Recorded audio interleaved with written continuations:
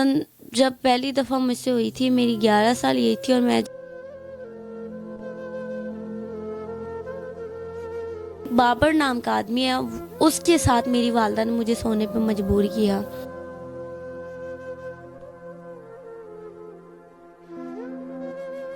میں نے کہا آپ مجھے یہ بتائیں، آپ نے ان سے میرے پیسے لیے ہیں، تب انہوں نے میرے منہ پہ ایک تھپڑ بھی مارا ہے۔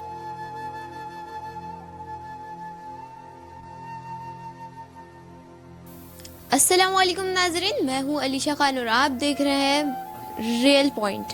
آج میرے ساتھ ایک 13 سالہ مریم موجود ہے جس کے ستیلے باپ نے اس کے ساتھ زیادتی کی۔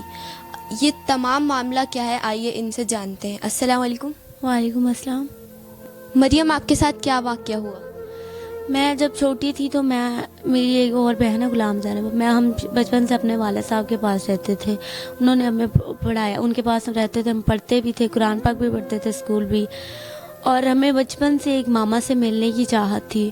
تو ہماری ماما کی ایک دوست ہے، ہم کرونا کی چھٹیوں میں آئے تھے، وہ ہم سے ملی تھی، اس سے ہمیں ہماری والدہ کے بارے میں بتایا کہ آپ کی والدہ زندہ ہے، وہ ان کی ڈیتھ نہیں ہوئی، اور ہمیں ہمارے بابا نے بچپن سے یہی بتایا تھا کہ ان کی ڈیتھ ہو گئی ہے۔ تو جب انہوں نے ہمیں ہماری ماما کی پک دی تھی، جب ہم نے اپنی بابا کو یہ پک دکھائی، بابا حیران ہو گئے، یہی کہتے ہیں کہ ہاں جی یہ آپ کی ماما ہی ہیں۔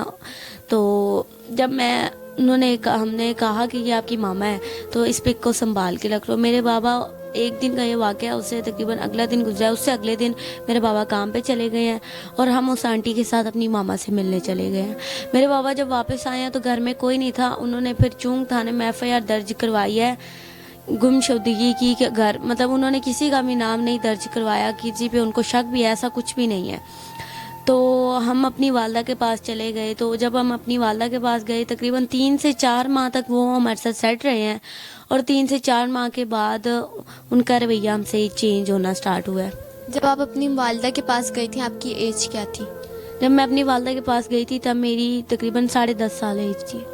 تو کتنے سال پہلے آپ کے ستیلے باپ نے آپ کو زیادتی کا نشانہ بنایا؟ آج سے 2.5 سال 2.5 سال پہلے؟ جی جی۔ تو ان 2.5 سال میں کتنی دفعہ زیادتی کی آپ کے ساتھ؟ ان 2.5 سال میں تقریباً 7 سے 8 مرتبہ۔ مریم، مجھے یہ بتائیے، پہلی بار اس نے آپ کے ساتھ کیا کہہ کے زیادتی کی، کیا کہا؟ پہلی بار میں گھر میں کوئی موجود نہیں تھا، میرے اسٹیپ فادر بھی نہیں تھے، جب میں گھر میں اکیلی تھی تو اوپر سے وہ آئے ہیں اچانک سے، گرمیوں کے دن تھے، تب میری 11 سال ایج تھی۔ وہ جب آئے ہیں تو مجھ سے انہوں نے پانی مانگا ہے، میں نے ان کو پانی دیا ہے۔ جب میں پانی پکڑانے گئی ہوں تب انہوں نے مجھے عجیب سا ٹچ کیا ہے، ٹچ کرنے کے بعد عجیب سی باتیں کی ہیں، اور عجیب سی باتیں کرنے کے بعد انہوں نے مجھ سے غلط حرکات شروع کیے۔ تو جب غلط حرکات کرنے لگے میں نے ان کو روکا ٹوکا، میں نے کہا آپ مجھ سے کیوں ایسا کر رہے ہیں، میں آپ کی بیٹی ہوں۔ مجھ سے آگے سے یہ کہتے ہیں کہ یہ بتاؤ تمہارے پاس میری بیٹی ہونے کا کیا ثبوت ہے۔ تب میں چپ کر گئی۔ ان کے پاس یہ پسٹل وغیرہ بھی تھے، انہوں نے یہ مجھے دکھا کے دھمکی لگا کہ تم مجھ سے زیادتی کرتے رہے۔ تقریباً جب پہلی دفعہ مجھ سے ہوئی تھی میری 11 سال یہ تھی، اور میں جب وہ گھر سے چلے گئے، میری والدہ آئی، میں نے اپنی والدہ کو بھی بتایا، اور تقریباً 3 سے 4 مرتبہ جب مجھ سے زیادتی ہوئی ہے تو میں اپنی والدہ کو بتاتی رہی ہوں، اور اپنی والدہ کو بتانے کے بعد میں اتنی تنگ آ گئی تھی کہ جب 3 سے 4 مرتبہ ہو گیا میں اتنی تنگ آ گئی تھی، میری والدہ نے ان سے کوئی بات نہیں کی۔ پھر ایک بابر نام کا آدمی ہے، اس کے ساتھ میری والدہ نے مجھے سونے پہ مجبور کیا۔ جب اس کے ساتھ سونے پہ مجبور کیا تو اگلے دن میں نے پوچھا، میں نے کہا آپ مجھے یہ بتائیں، آپ نے ان سے میرے پیسے لیے ہیں، تب انہوں نے میرے منہ پہ ایک تھپڑ بھی مارا ہے میری والدہ نے۔